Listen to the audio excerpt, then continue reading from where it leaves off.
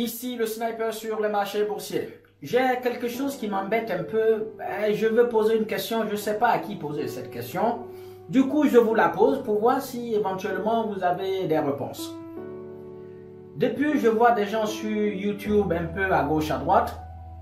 Les gens apprennent comment prendre une position. Donc, si vous voulez, tous les traders, ils apprennent comment prendre une position et gagner de l'argent.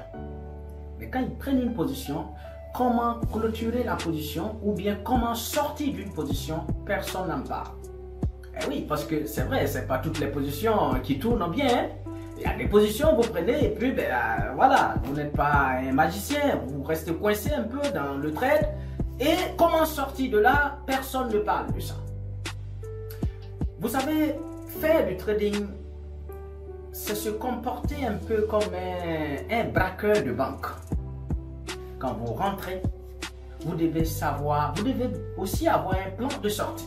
Donc si vous voulez, des voyous, ils se réunissent, ils font un plan pour aller braquer une banque. Mais vous pensez que le plan pour pouvoir rentrer dans cette banque, est-ce qu'ils n'ont pas prévu un plan de sortie?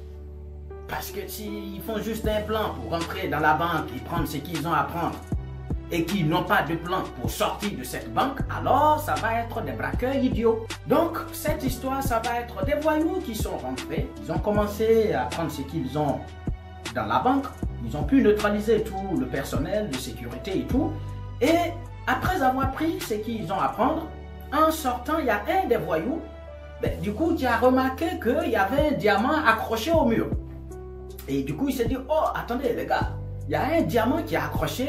Et ses amis lui disent, non, il faut partir parce que c'est le moment de sortir de là, sinon on va se faire prendre. Et ce voyou décide de rester seul parce qu'il veut forcément décrocher ce diamant. Donc il reste. Ses amis, pris par le temps, du coup, l'abandonnent, ils sont partis. Donc eux, ils ont eu le temps de sortir de cette banque. Ce voyou qui a voulu décrocher le diamant est resté jusqu'à ce que quand il a pu décrocher le diamant, le temps de sortir, quelqu'un avait déjà appelé la police. La police était déjà à l'entrée de la banque à attendre ce voyou. Dès qu'il est sorti, ils ont dit, messieurs, remettez-nous tout ce que vous avez et voici comment ce voyou a été appréhendé. Ce côté de cette histoire-là, le côté où ce voyou est resté parce qu'il veut décrocher ce diamant, ça va être les gens qui prennent une position, ils sont en gain, donc ils ont gagné déjà un peu. Si vous voulez, ils changent maintenant leurs objectifs.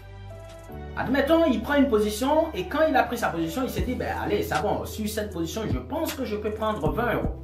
Et quand il a vu qu'il est en train de prendre 20 euros, il pousse encore son take profit. Du coup, son take profit à 50 euros, le marché monte et le marché ne touche pas les 50 euros. Du coup, le marché va se renverser violemment contre lui et il va se retrouver à perdre. Ne soyez pas trop gourmand sur le marché boursier. Si le marché vous a offert 5 euros aujourd'hui, prenez-le et sortez de là. Je vais vous, du coup, profiter pour vous lire un message que j'ai reçu d'un des snipers. C'est magnifique, c'est un bon sniper. Je vous dis pourquoi c'est un bon sniper. Comme vous pouvez le voir dans son message, en direct du CAC 40, le plan caméléon encore en action. On encaisse et on se barre. Et moi je réponds, tu es un vrai sniper. Cible sur l'or, 30 minutes. Bon, bref. Donc, un sniper sait à quel moment se barrer d'un marché. Donc, je vous dis tout ça parce qu'il y a des gens qui regardent comme ça leur compte cramé et ils ne peuvent rien faire. Parce que le marché les a pris en otage. Le marché les a hypnotisés. Jusqu'à les mettre dans un mode espoir où ils espèrent toujours, même quand l'espoir n'y est plus, ils espèrent toujours comme quoi il y aura une magie, le marché ira dans leur sens un jour pour qu'ils puissent rattraper leurs pertes. Ne faites pas partie de ce genre de trader. Donc il est important de savoir rentrer dans une position et prendre position surtout, mais savoir sortir d'une position reste encore un point très essentiel sur lequel il faut travailler. Donc pour illustrer ce que je suis en train de dire là, c'est simple, regardez là, vous allez avoir des gens qui vont rentrer, donc ils vont tracer un trait à partir de là. On se dit bon allez, ça c'est le plus haut, si le prix dépasse cette ligne, alors j'achète. Donc vont rentrer là comme acheteurs. Le prix est en train de monter. Ils deviennent très euphoriques. Ils sont contents. Ils se disent, oh, ils ne vont même pas penser à leur stop loss ou à gérer leur stop loss en stop suiveur. Ce qui va se passer, c'est que le marché va continuer. Quand cette bougie-là va terminer, vous voyez, on est sur 30 minutes. Hein? Donc, si l'objectif était, par exemple, de toucher peut-être un prix là, vous allez voir, ils vont être poussés ou même tentés d'éloigner un peu leur take profit, histoire de pouvoir prendre beaucoup plus. Et ce qui va se passer, c'est que vous avez vu là, le marché effectivement est bien monté, mais là, après cette bougie-là, on a vu le marché se renverser complètement et a changé carrément de tendance. Donc, dans une telle situation, le trader qui était déjà en gain, comme il a poussé un peu son take profit un peu plus haut, quand le marché sera ici, c'est vrai, il est encore en gain, mais il ne va pas accepter de prendre ce peu de gain parce que le marché était là et il prenait par exemple, admettons, 300 euros. Et là, le marché lui donne 180 euros ou admettons 200 euros. Ce qui se passe, c'est un problème psychologique. Ici, le cerveau avait déjà imprimé 300 et quelques euros qu'il aurait dû récupérer. Et comme il n'a pas pris, alors, comme le marché maintenant lui offre beaucoup moins, il ne sera pas préparé à encaisser ce gain-là et sortir du marché. Et ce genre de trader, vous allez voir, le marché va se renverser contre eux. Ça veut dire que tout ce temps-là, il est en mode espoir.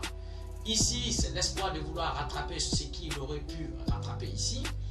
Quand le marché va arriver du coup dans cette zone, il est en perte. C'est l'espoir de pouvoir ressortir où il est rentré. C'est très psychologique. C'est pour ça que le trading est tellement psychologique qu'il faut pas non seulement apprendre le trading, mais apprendre le trading auprès de quelqu'un qui peut te faire travailler la psychologie. Sinon, peu importe la qualité de la formation que tu vas acheter, tu seras quand même voué à l'échec, les gars.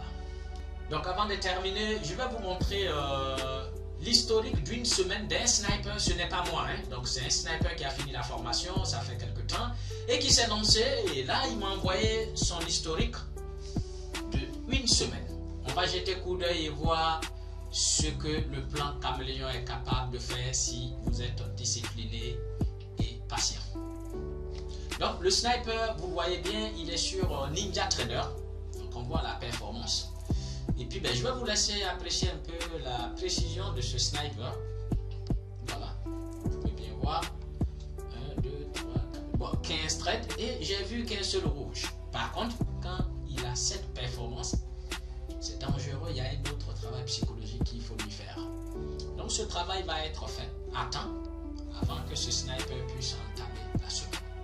Quand vous faites ce genre de série de gains, vous devenez un peu très confiant. Et ça, c'est pas bon. Il faut remettre le sniper, il faut réinitialiser le système de ce sniper afin qu'il puisse repartir à zéro. Donc, comme vous pouvez le voir, ouais, le plan caméléon n'est pas mal. Il y a d'autres qui me disent, oui, le plan caméléon, il est efficace à 90%, non, 99%.